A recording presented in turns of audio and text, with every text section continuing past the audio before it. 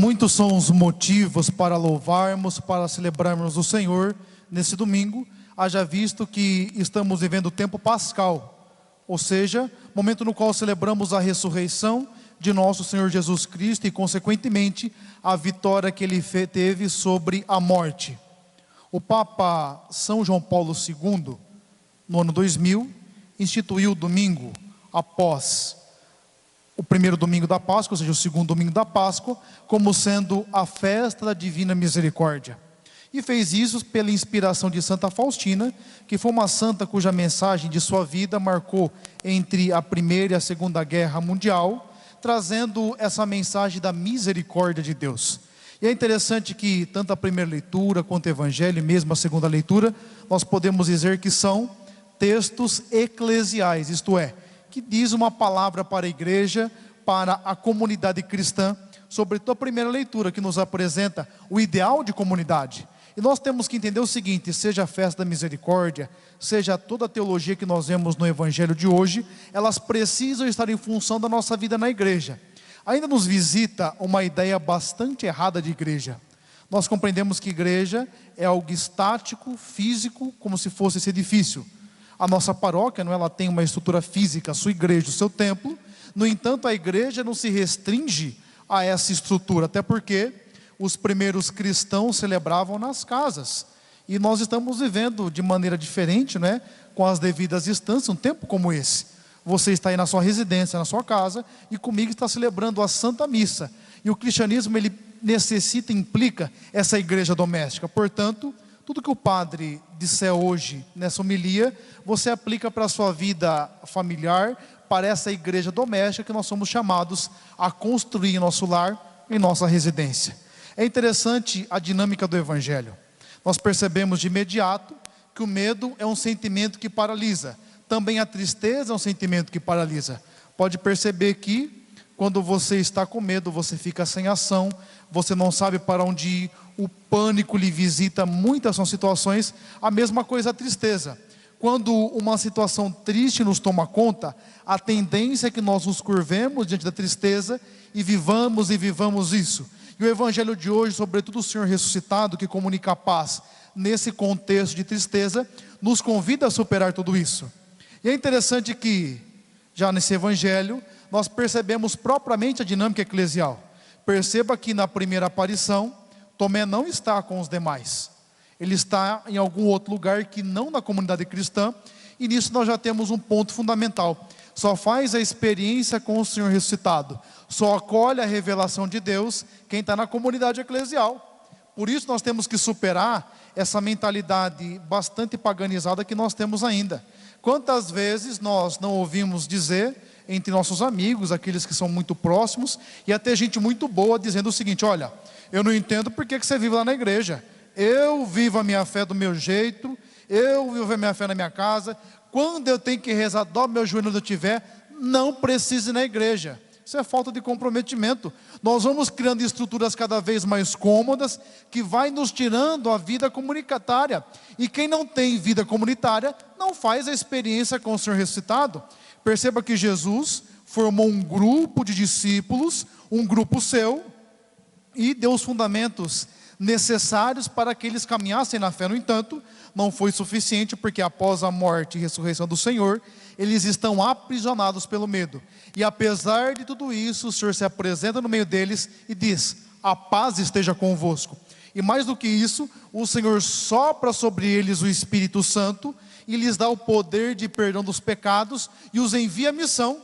É interessante que nós lemos em João capítulo 19, que o Senhor entrega o Espírito. Há estudiosos que dizem que ali também acontece Pentecostes, e o Pentecostes de João também acontece agora, no capítulo 20 de João. Ou seja, o Senhor que sopra o Espírito, o Senhor que sopra o seu Espírito, fazendo com que a comunidade seja uma comunidade de perdão, uma comunidade fortalecida. No entanto, mais do que toda essa teologia bonita que tem no Evangelho de João, a grande questão é que tipo de cristão nós temos sido. Será que nós somos o tipo de cristão que vive na comunidade e vivendo na comunidade acolhe o Senhor ressuscitado, ou nós somos que nem Tomé?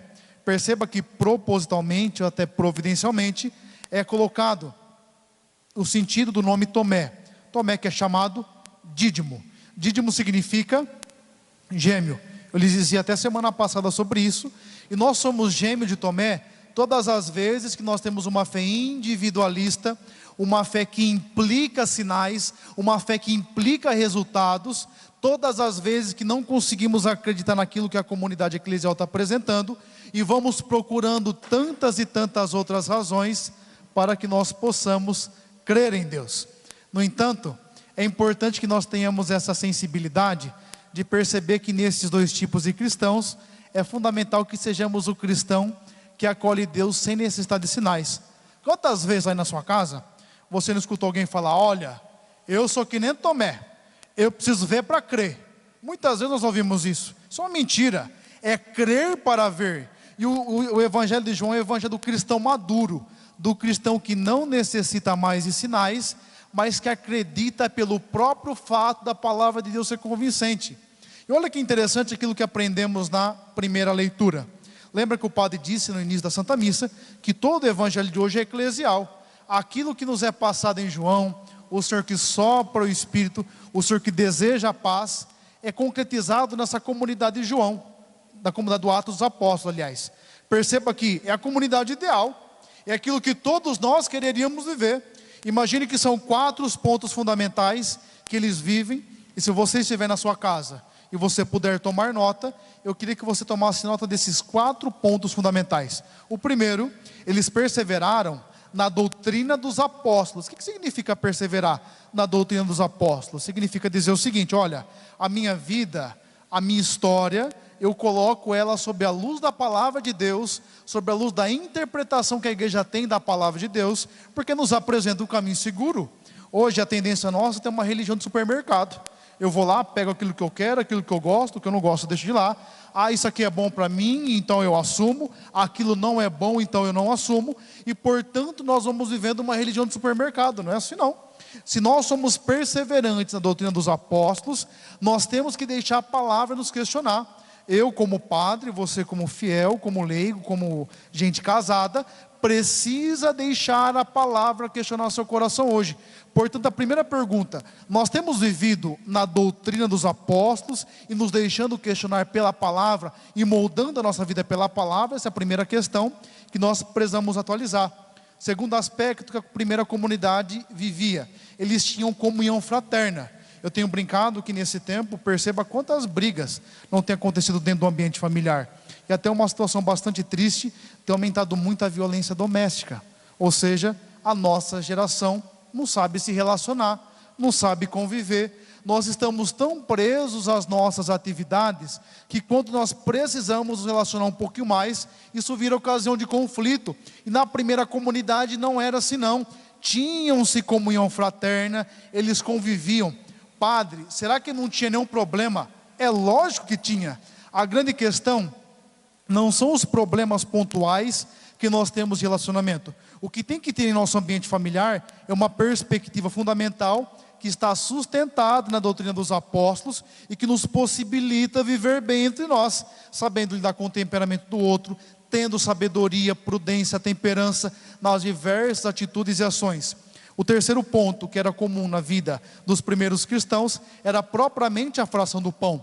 A fração do pão enquanto liturgia eucarística, que nós estamos celebrando agora, você na sua casa, eu com a equipe celebrativa aqui na igreja, e também a liturgia, a fração do pão celebrada na vida.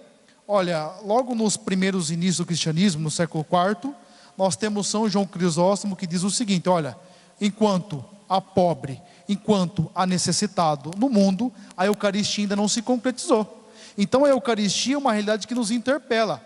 Padre, mas tem situação que não está fora do meu controle. Sim, mas tem algumas que estão no meu, estão no seu.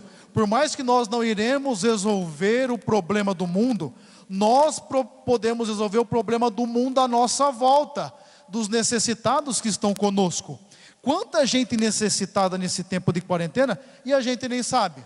Sabe que eu percebo que normalmente os mais vulneráveis, eles já estão acostumados, de certa forma, a um subsídio.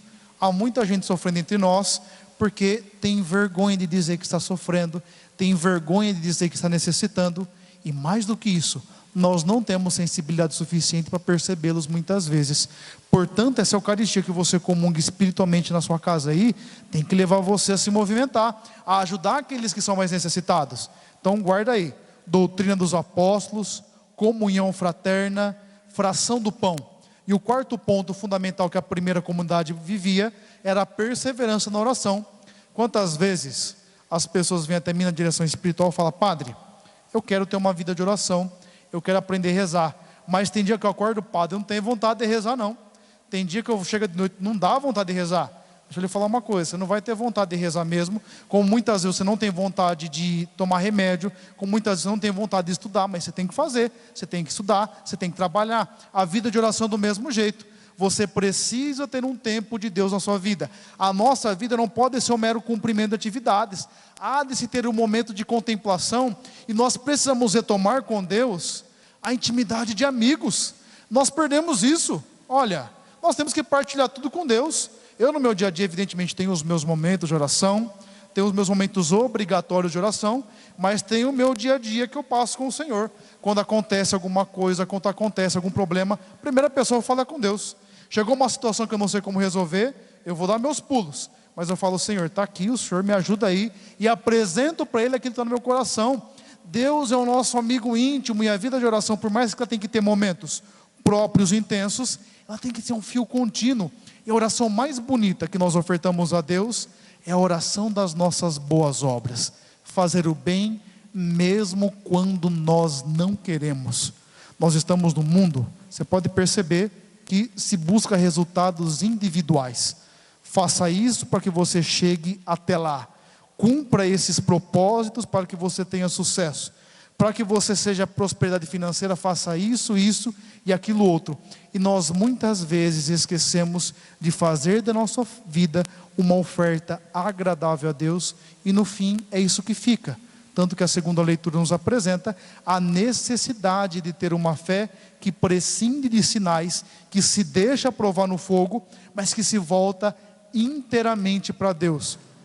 E nós precisamos nos empenhar para o Senhor, nos empenhar para as coisas de Deus, porque é propriamente isso que vai nos dar sustento na vida, nesse momento difícil que nós estamos vivendo. Feche os seus olhos, abaixe a sua cabeça. Num instante de silêncio, apresente ao Senhor seu coração, sua vida, sua história. Nesta festa da Divina Misericórdia, deixe que a misericórdia de Deus visite seu coração, visite sua vida, visite sua história.